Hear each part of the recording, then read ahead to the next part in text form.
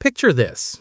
You're at a dinner party. Maybe it's a family thing, maybe it's just friends, and someone asks that question. You know exactly the one I mean. So, are you still renting? And the way they say it, that word, still, like renting is some kind of temporary condition you should have recovered from by now, like it's something you do in your early 20s while you figure your life out. And if you're still doing it past a certain age, something has gone quietly, embarrassingly wrong. Maybe you laughed it off. Maybe you changed the subject. Maybe you went home that night and lay awake wondering if they had a point, if you're somehow behind, if everyone else figured out something that you missed. Here's what I want you to seriously consider. What if the person asking that question is actually the one who made the worst financial decision? What if renting in 2026 in many markets across this country isn't throwing money away, it's quietly one of the most intelligent wealth-building moves you can make? And what if the math, when you actually run it completely and honestly, tells a completely different story than what the real estate industry, your well-meaning parents, and that dinner party guests have been telling you your entire adult life? My name is John, and I spend way too much time thinking about money, housing economics, and why people make the financial decisions they make. If you've ever felt quietly judged for still renting, or if you're currently trying to figure out whether buying a home actually makes sense for your specific situation, make sure to hit that subscribe button and give this video a thumbs up if it ends up helping you think about this differently. Because today, we're going to do something that the mortgage industry absolutely hates. We're going to run the real numbers on renting versus buying in 2026. Not the sanitized numbers a lender shows you to get you to sign on the dotted line. The actual complete numbers. All of them, including the ones nobody puts in the glossy brochure. Let's start with the lie. The one you've heard so many times it stopped feeling like a lie and started feeling like common sense. Renting is throwing money away.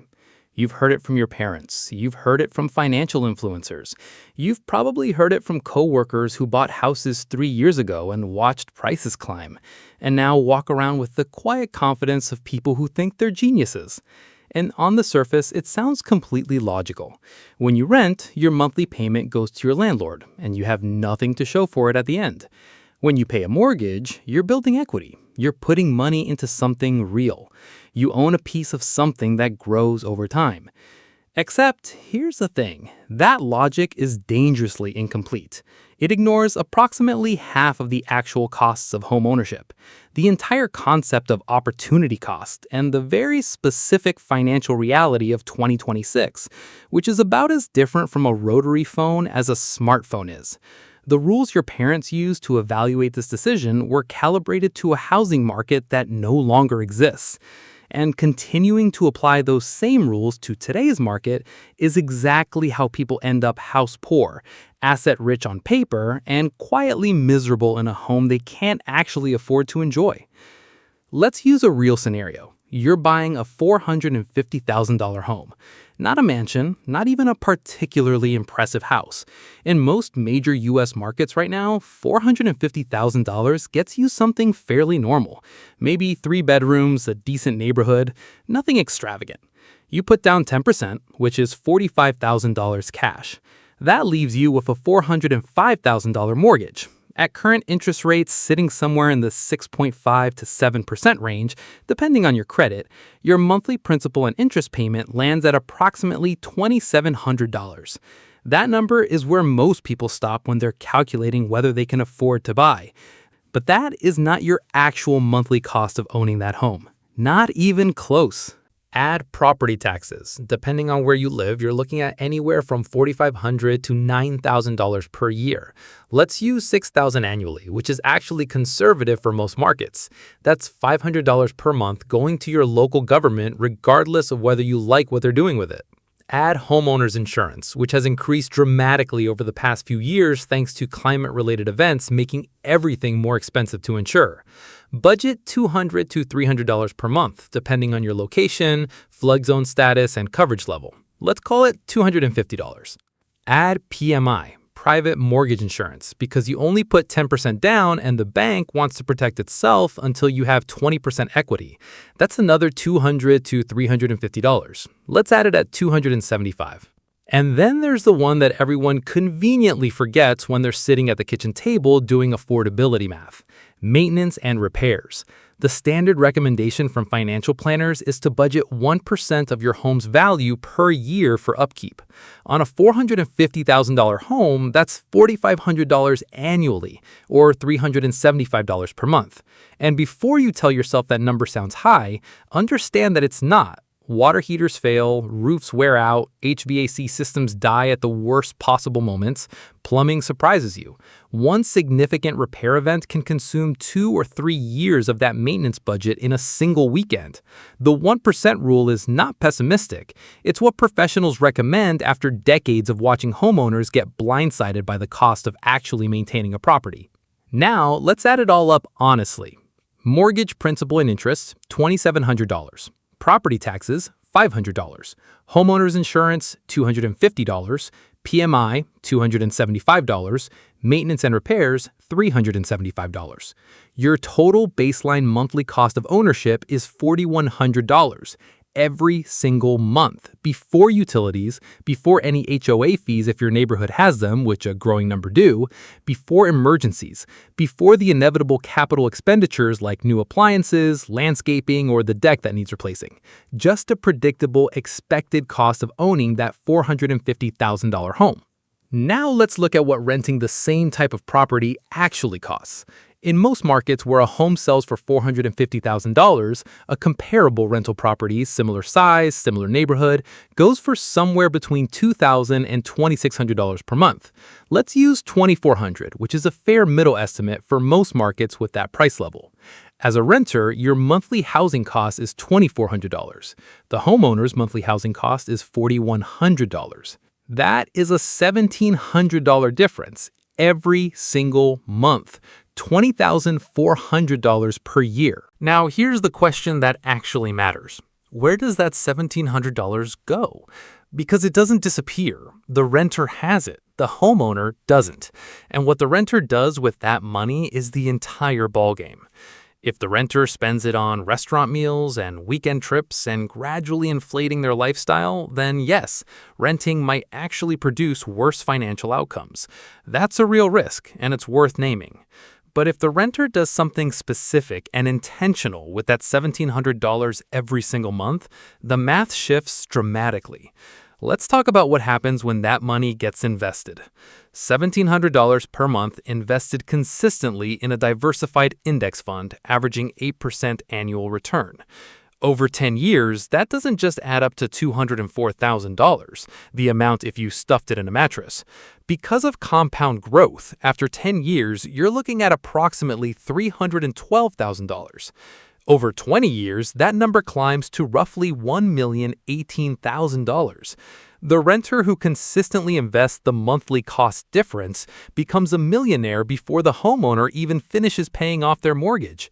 That's not a trick. That's just compound interest doing what compound interest does when you give it enough time and enough capital to work with. But we're not done yet, because we also need to talk about the down payment. The buyer in our scenario put down $45,000. That money came from somewhere, and instead of going into a home, it could have gone into investments. At 8% annual return, $45,000 compounding over 10 years becomes approximately $97,000. Over 20 years, it grows to roughly $209,000. That is the opportunity cost of the down payment, the wealth that was given up by locking that capital into a home instead of allowing it to compound in the market. Now, I know exactly what's coming next, because it always comes up at this point in the conversation. The house appreciates too.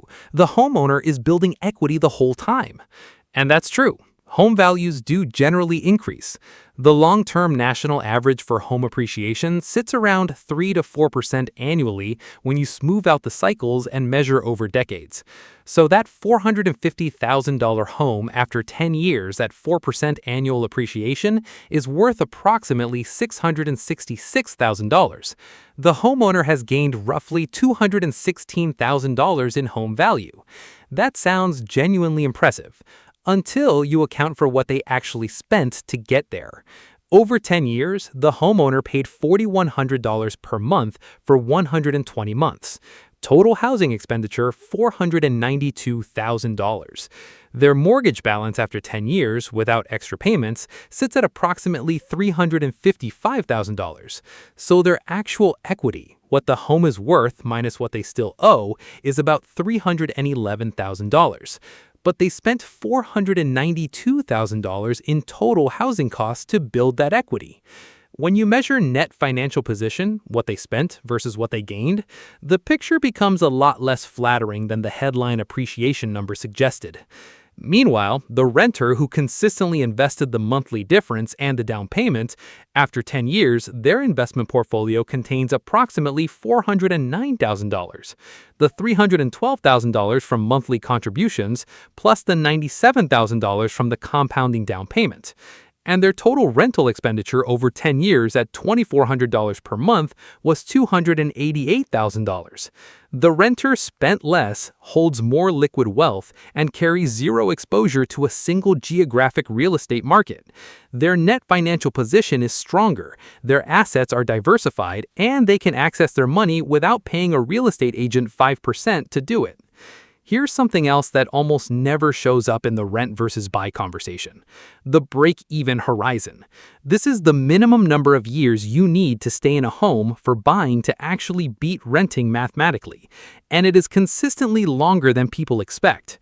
Transaction costs alone, realtor commissions, closing costs, title fees, transfer taxes, inspection costs, add up to roughly 8 to 10% of the home's value every time you buy or sell. On a $450,000 home, that's $36,000 to $45,000 in pure friction costs every time you move. Most serious financial analyses put the break-even point for buying versus renting somewhere between 5 and 12 years, depending on the specific market. And here is the data point that makes us genuinely uncomfortable. The median American moves every 5 to 7 years. A meaningful percentage of homeowners sell before they ever reach break-even. They absorb all the premium costs of ownership, forfeit most of the long-term compounding benefits, and hand a significant chunk of whatever equity they built directly to real estate agents on the way out the door. But let's talk about why this myth is so persistent, even when the numbers contradict it. Because the math alone doesn't explain the psychology. Why do intelligent, financially literate people continue to believe renting is categorically inferior to buying? And the answer is that home ownership in America stopped being primarily a financial decision somewhere along the way and became a moral one. Think about the language we use: homeowners, renters. One word sounds like an identity: stable, successful, rooted. The other sounds like a waiting room, something you endure until your real life begins. This isn't accidental. Decades of cultural messaging, political rhetoric from both parties, and relentless industry marketing have fused home ownership with adult legitimacy itself. The American dream is literally a house with a white picket fence, not a diversified investment portfolio, not financial independence, not the freedom to move where opportunity takes you. A house. A specific physical asset that happens to generate enormous recurring revenue for banks, real estate agents, insurance companies, property tax systems, and every contractor who touches the building for the next 30 years. These industries have a massive collective financial incentive to make you feel like buying is always the right move and renting is always the wrong one. The bank collects 30 years of interest. The real estate agent collects 5 to 6% of the sales price on both ends of every transaction. The insurance company collects premiums for the life of the policy. The property tax system takes a percentage of assessed value indefinitely. None of these entities make money when you rent strategically and invest the difference. So of course, the cultural narrative they fund tells you that renting is financially irresponsible. That's not financial guidance. That's marketing dressed up as conventional wisdom. Your parents bought a house that cost 2 to 3 times their annual income at a time when the price-to-income ratio made mortgage payments genuinely manageable. They did well. Their advice comes from a real place. But the housing market they navigated and the one you're facing in 2026 are fundamentally different environments. The median home price to median household income ratio in America has shifted from roughly 3 to 1 in 1990 to somewhere between 5 and 7 to 1 today, depending on the market. The math your parents used to justify buying simply does not translate to current conditions. Applying 1990 logic to 2026 prices is like using a map from a city that was completely rebuilt. The streets don't match anymore. Now, here's the part where I want to be genuinely honest with you, because this is not a blanket argument that renting is always superior to buying. It isn't. There are specific situations where buying makes clear financial and personal sense, and pretending otherwise would be just as misleading as the rent is throwing money away myth. If you're planning to stay in one location for a minimum of 7 to 10 years, if your total housing costs as a percentage of take-home income stay below 30%, if you have a real emergency fund already established, retirement contributions already happening, and no high-interest debt hanging over you, then buying can absolutely be the right decision. There are also markets in this country where the price-to-rent ratio genuinely favors ownership, particularly in certain Midwest and Southern cities where home prices have not completely disconnected from income reality. The problem has never been buying itself. The problem is the automatic, unexamined assumption that buying is always right and renting is always wrong, regardless of your market, your specific financial situation, your timeline, and what the actual numbers say when you run them completely. That assumption is costing people enormous amounts of money, and it's keeping a significant number of households trapped in financial stress while they believe they made the responsible adult choice. So here's what I actually want you to take away from all of this. Renting while investing aggressively is not settling. It is not what you do when you can't afford to buy. In many markets in 2026, it is the deliberately smarter financial strategy, one that produces stronger wealth accumulation, better liquidity, lower risk concentration, and significantly less financial stress when you run the full honest numbers side by side. The renter who consistently invests $1,700 per month isn't losing to the homeowner. In a significant number of real-world scenarios over the next 10 to 20 years, they're building more wealth, carrying less risk, and maintaining the flexibility to respond to opportunities and life changes without needing a real estate transaction to do it. The next time someone asks if you're still renting, with that loaded, implication-heavy word "still" sitting in the middle of the sentence, you can smile. Because you know something they probably don't. You know what your actual monthly housing cost is, you know exactly what you're doing with the difference, and you know that the person who wins the housing decision isn't automatically the one who bought the most impressive property. It's the one who made the most intelligent decision with the money they had based on real numbers instead of social pressure. Run your actual numbers. Be completely honest about your timeline, your market, and your financial foundation, and stop letting a dinner party question make a $500,000 decision for you.